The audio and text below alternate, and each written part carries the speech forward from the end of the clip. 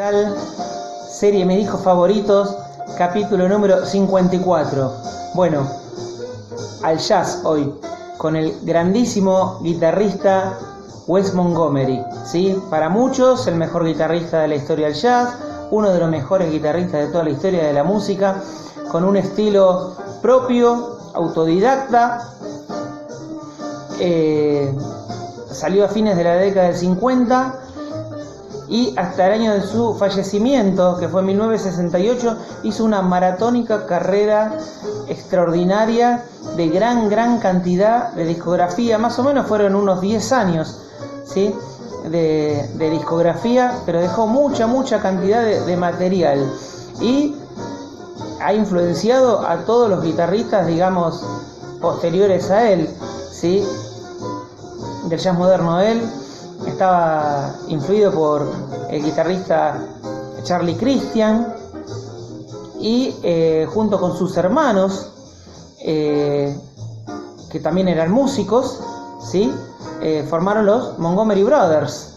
Y bueno, y por ahí fines de la década del 50 andaban tocando en todos los circuitos que podían. Ya Wes empezaba a despuntar, digamos, su gran nivel como guitarrista. La verdad que toda su discografía es recomendable, es muy pareja, ¿sí? Ahora cuando lleguemos en un rato al final, algunos pueden discernir, ¿sí?, con el final de su discografía para él dónde estaba llevando la música, pero bueno, no es así, ¿sí?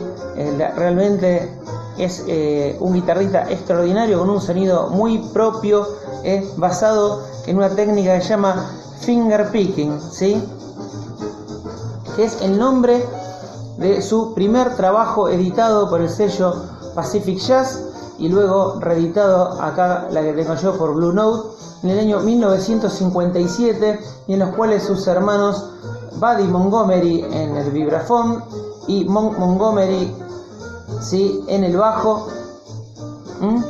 son los Montgomery Brothers, ¿sí? Pero bueno, ya acá Wes comienza a despuntar, ¿sí?, como lo que es un gran solista, ¿sí? Este disco tiene la particularidad de ser el primer disco solista de Wes, y también es el primer disco que tocó Freddie Hubbard, el gran trompetista que nosotros en los primeros capítulos de la serie lo hemos recomendado.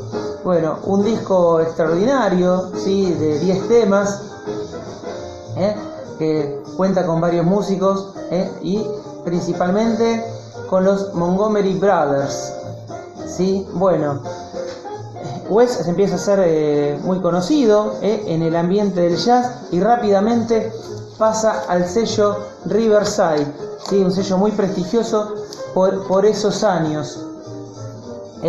Y graba su tercer disco, que es el increíble Jazz Guitar de Wes Montgomery, que eso lo lanza, digamos, a los primeros puestos y al mundo del jazz.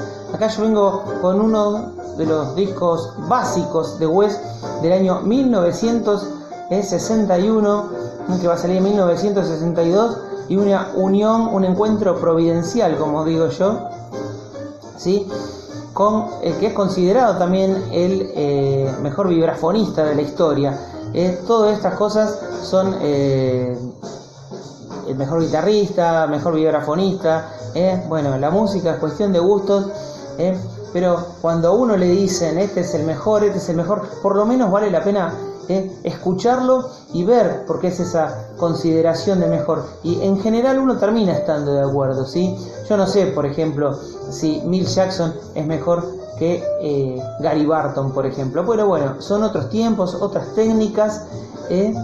Lo que es seguro que Milt Jackson es un grande, ¿sí?, de la historia del jazz y del vibrafón, igual que Wes de la guitarra. Acá, bueno, en un encuentro, que es un cuarteto. Ya por estos años el grupo de Wes había mejorado mucho. En general estaba comandado por el Wynton Kelly Trio, ¿sí?, el gran pianista. En este caso, el Wynton Kelly Trio está conformado por Philly Joe Jones y Sam Jones.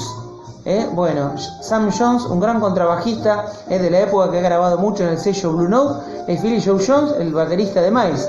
y Wynton Kelly también, el pianista de Miles Davis. Muchos músicos de los que estaban tocando por esos mejores años de Miles también eran los músicos de Wes. Bueno, con este quinteto, digamos, sale el disco este que es Bugs, que es el sobrenombre de Mick Jackson, Bugs meets Wes, ¿sí?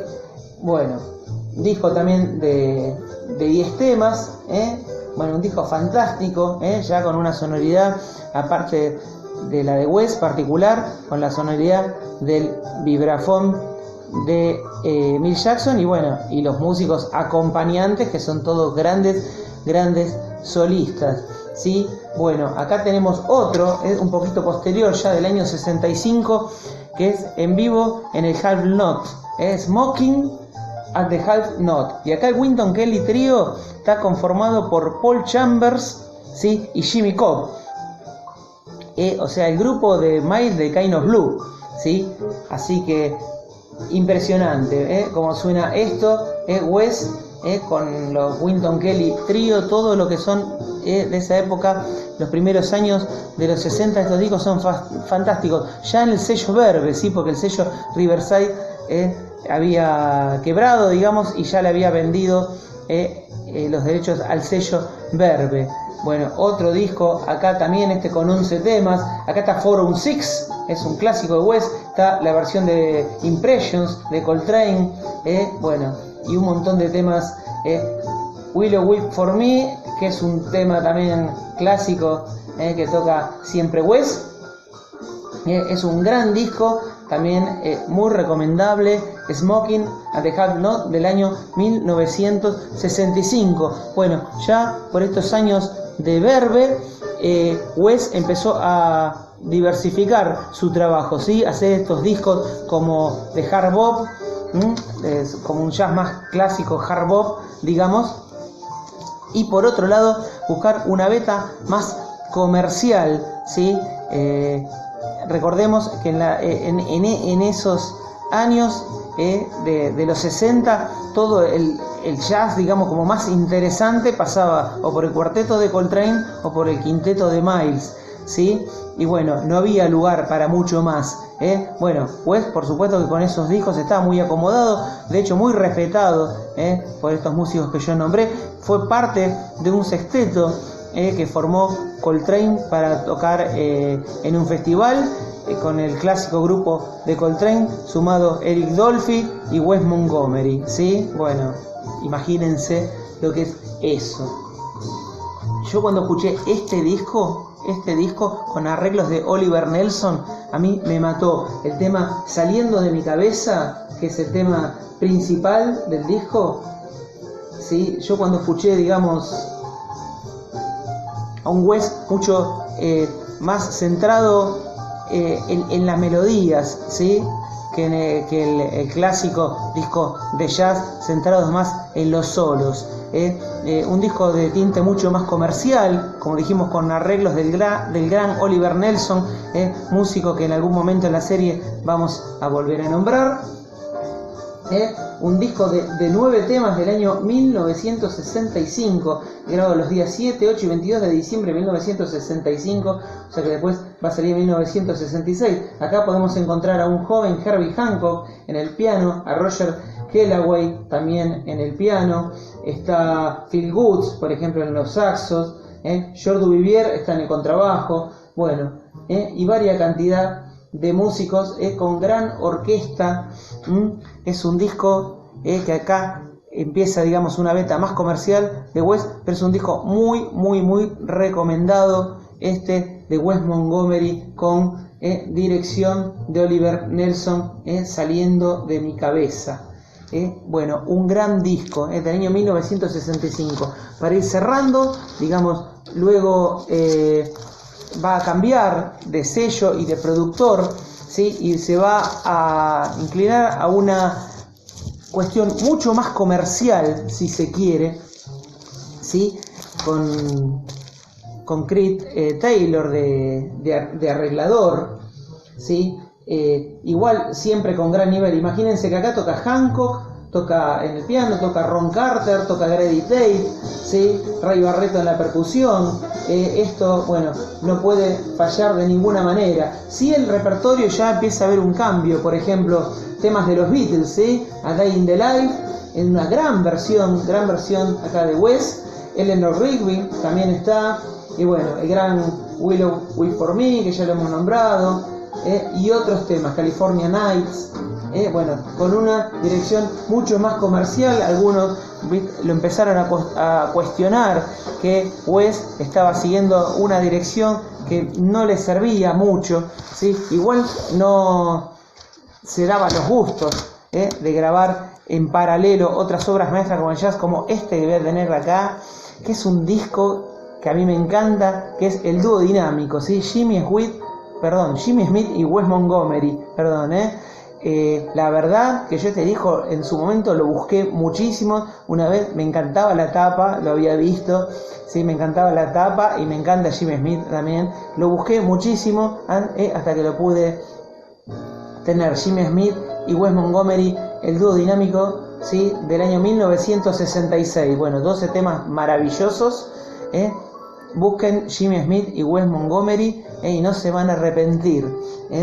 Bueno, ya después de acá de Un Día en la Vida, A Day in the Life, de la beta esta más comercial, graba 2 discos más en este sentido comercial, y Wes Montgomery muere repentinamente de un ataque al corazón, ¿sí? Dejando, digamos, un gran vacío y una gran tristeza en la música. Un músico que es súper influyente para el jazz, para los guitarristas y para todos los artistas de la época. Claramente el sucesor de Wes Montgomery de esos años en adelante fue George Benson, ¿sí? En su forma de tocar y en su forma de encarar, digamos, un jazz más comercial, cosa que a Benson le resultó, digamos, mucho mejor económicamente, por así decirlo, que Wes, que si bien sacaba discos más comerciales, no le redituaba tanto. Bueno, me voy a ir con la imagen de este que me encanta, que es el dúo dinámico,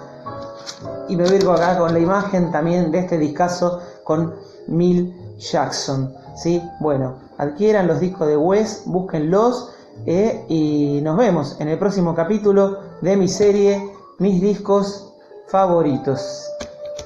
Nos vemos, saludos, gracias por seguirnos, chao.